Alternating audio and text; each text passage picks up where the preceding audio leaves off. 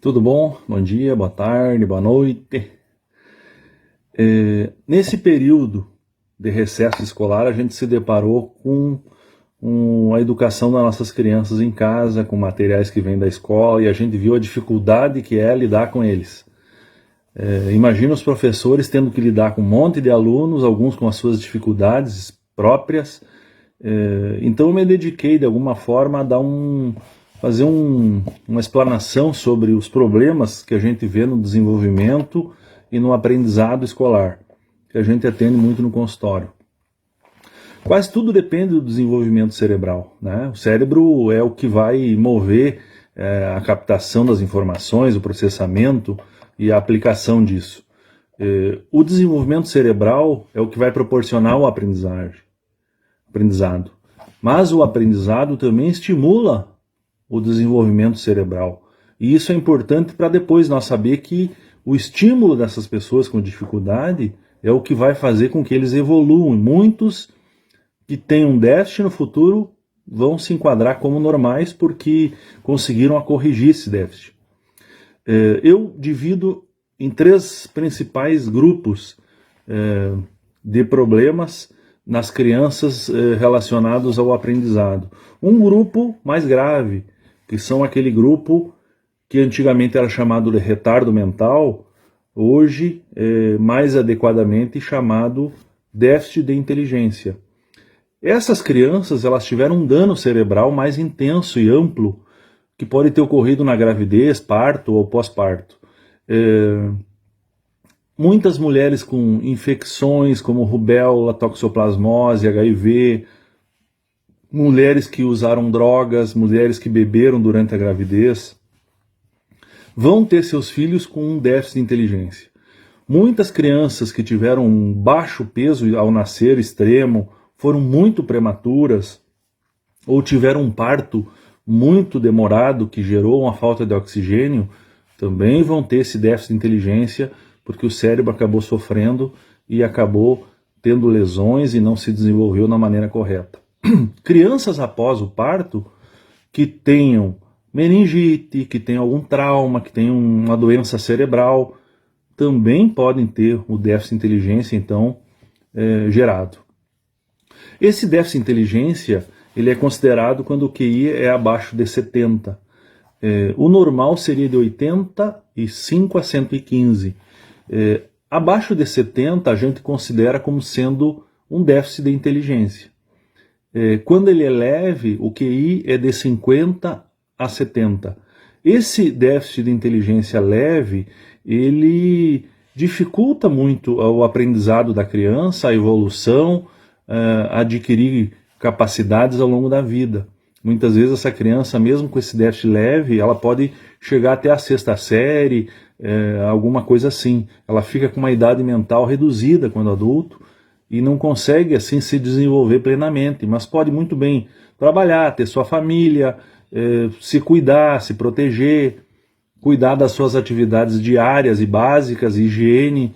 Então, uma pessoa com déficit mais leve, ela consegue evoluir bastante, principalmente com o estímulo que é dado, tanto na escola quanto em lugares apropriados, como a PAI, profissionais especializados, fonoaudiólogos, assistentes sociais, psicólogos, nutricionistas, educador especial, psicopedagogo, neuropediatra, psiquiatra.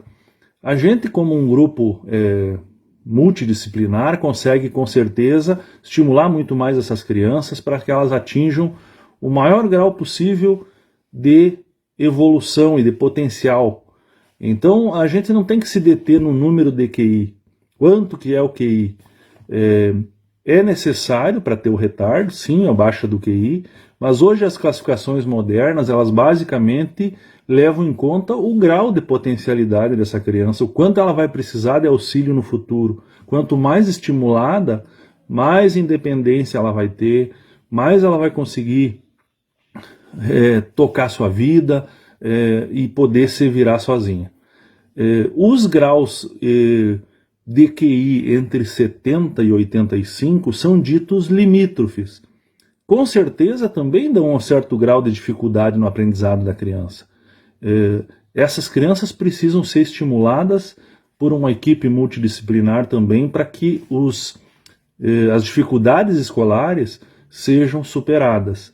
Então esse grupo que tem um QI reduzido, que a gente considera déficit de inteligência, eu considero como sendo o grupo mais grave porque realmente eles têm um déficit global em todas as funções cerebrais e isso precisa um trabalho muito árduo e de uma equipe multidisciplinar para que a gente consiga evoluir essas crianças. Muitas vão ter suas dificuldades e têm suas histórias familiares muito complicadas, muitas moram em abrigos, muitas crianças vão se envolver em problemas sociais, tem transtornos de agressividade, personalidade junto, tem dependência química na família, muitas se envolvem com drogas. São adolescentes vulneráveis, porque eles têm uma dificuldade de analisar situações, de poder decidir as suas coisas, de poder evoluir junto com seus pares. Então são crianças que ficam, às vezes, fora um tanto do ambiente normal para a sua idade e acabam, então, se desviando para algum comportamento disruptivo, que a gente chama. São pessoas mais vulneráveis.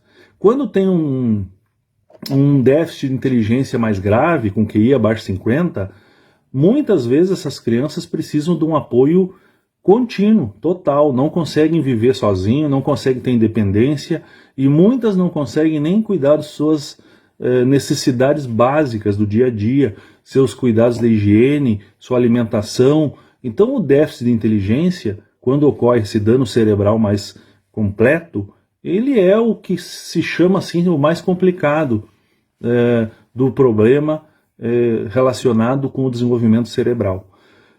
Num grupo intermediário, eu colocaria adolescentes e crianças que tenham um déficit cerebral mais limitado em algumas áreas.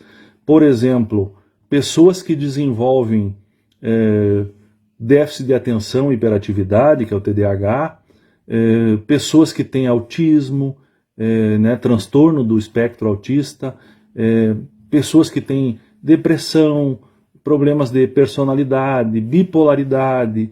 Então são as doenças que acabam interferindo na educação da criança e no aprendizado. Com certeza isso não identificado vai ser um problema grande na escola, porque aquela criança às vezes é tida como um problema, um estranho, incomodativo na aula, alguém que é preguiçoso, alguém que é burro, e na verdade essas crianças elas não têm às vezes um déficit de inteligência. O QI às vezes é até acima da média. Tu pega alguém com transtorno do espectro autista, essa pessoa pode ter habilidades ótimas para várias coisas, matemática, música, astrologia, línguas, tem gente que aprende várias línguas. Então não tem um QI rebaixado, não tem um déficit de inteligência, mas ao mesmo tempo essas doenças interferem muito na sala de aula, no lidar com os professores com elas e na própria interação com os colegas, com seus pares. Então eles acabam se desgarrando, tanto que muitas dessas crianças têm um desvio às vezes para comportamentos inadequados, para uso de drogas, abandono escolar. Muitas crianças faltam muito à escola, que têm esses problemas. É importante então a gente definir algumas coisas. O transtorno do espectro autista, ele se baseia basicamente em 3 coisas. Déficit da interação social, retração, é aquela criança retraída, e aquela criança que tem comportamentos repetitivos. O autismo, ele quanto antes for diagnosticado, melhor, porque o déficit dele tem que ser trabalhado quanto antes. Ele tem que ser trabalhado o déficit de interagir socialmente, evoluir nas relações pessoais, não colaborar com essa retração, medicar quando essa criança tem algum problema de comportamento, é mais agressiva, ou quando tem problema de atenção, porque muitas vezes se associa. Então o autismo, quanto antes for trabalhado, melhor vai ser o desenvolvimento da criança. A mesma coisa o TDAH. O TDAH muitas vezes passa despercebido. A criança é incomodativa, não presta atenção, vai mal na escola, fica voando aérea, parece ser preguiçosa, não termina as atividades, é inquieta, bate classe, levanta, caminha, incomoda, briga com os colegas porque é impulsivo, não espera a sua vez, está sempre se metendo. Então o TDAH, quando não diagnosticado, também se torna um grande problema na escola, às vezes não só para aquele aluno, mas para toda a classe. A professora fica louca com alguém que não para um minuto dentro da sala de aula e que demanda uma atenção redobrada, né? Ou que fica atrapalhando toda a classe. Então o TDAH precisa ser diagnosticado. O TDAH, ele é aquela criança que começa a atividade e não termina, tu chama, ela não, parece que não ouve, está no mundo da lua, está sentado lá na aula e está olhando pela janela, lá para longe.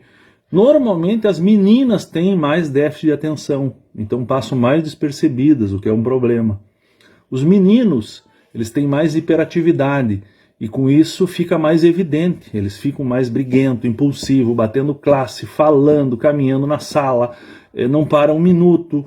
Então as professoras acabam detectando muito mais o menino. Por isso ele é tratado às vezes mais rapidamente. Mas a desatenção da menina também precisa ser sim abordada e tratada.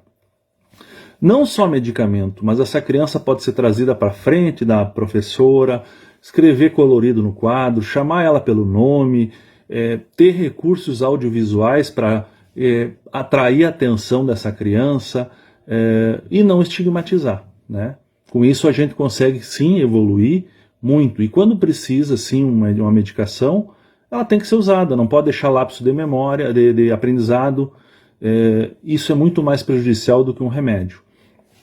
Outras doenças, como depressão, toque, uma criança que sofreu um abuso em casa, ansiedade, são todas doenças que cursam, a criança vem bem na escola até uma altura e de repente começa a cair o aprendizado, começa a cair o rendimento escolar. Essa criança, o professor tem que estar de olho, alguma coisa está acontecendo, o problema é em casa às vezes, houve uma perda familiar, ou essa criança está deprimida, ou ela está com toque, um pensamento repetitivo que não sai da cabeça, e ela não consegue prestar atenção na sala de aula. Então essas doenças intermediárias, elas prejudicam muito o aprendizado também, e precisam ser diagnosticadas e tratadas, porque senão a gente vai ter um grande problema. A gente está tendo isso todos os dias no consultório, os pais às vezes apavorados, não sabem o porquê aquela criança está se comportando daquela maneira. O terceiro grupo que eu chamo de transtornos, né, e problemas no aprendizado são os transtornos específicos do aprendizado. Num termo mais amplo, antigamente, chamado dislexia. Essas crianças, elas têm um problema na leitura, na escrita, elas têm um problema na matemática, elas têm um problema na interpretação dos textos. Então a dislexia antigamente era mal interpretada e difícil de diagnóstico, mas muitas figuras da história, como Einstein, Leonardo da Vinci, tiveram dislexia e ao mesmo tempo tiveram resultados brilhantes em suas carreiras, mostrando que a dislexia não tem nada a ver com um retardo no desenvolvimento tão amplo a ponto de gerar um déficit de inteligência. É um problema do desenvolvimento cerebral específico em determinadas áreas. Hoje, nas classificações mais modernas, a gente classifica os transtornos específicos de aprendizagem, de aprendizado, em transtorno da leitura, né? Em transtorno da escrita e em transtorno da matemática. O transtorno da leitura, ele se manifesta na criança com vários sinais que o professor na aula vai se dar conta e vai começar a ter dificuldade de trabalhar. A criança tem uma leitura lenta, com palavras erradas, sons de palavras erradas. A criança lê, mas ela não consegue entender o que ela está lendo. Quando ela vai escrever, a pontuação dela é errada. Então o transtorno da escrita começa às vezes a aparecer junto com o da leitura. As palavras com letras maiúsculas e minúsculas mal colocadas, parágrafos desorganizados, pontuação errada, troca letras P pelo B, escreve palavras faltando, comendo letras, escreve às vezes do avesso, né, de trás para diante. Quando é mais específico na forma da letra, a gente até pode chamar de disgrafia.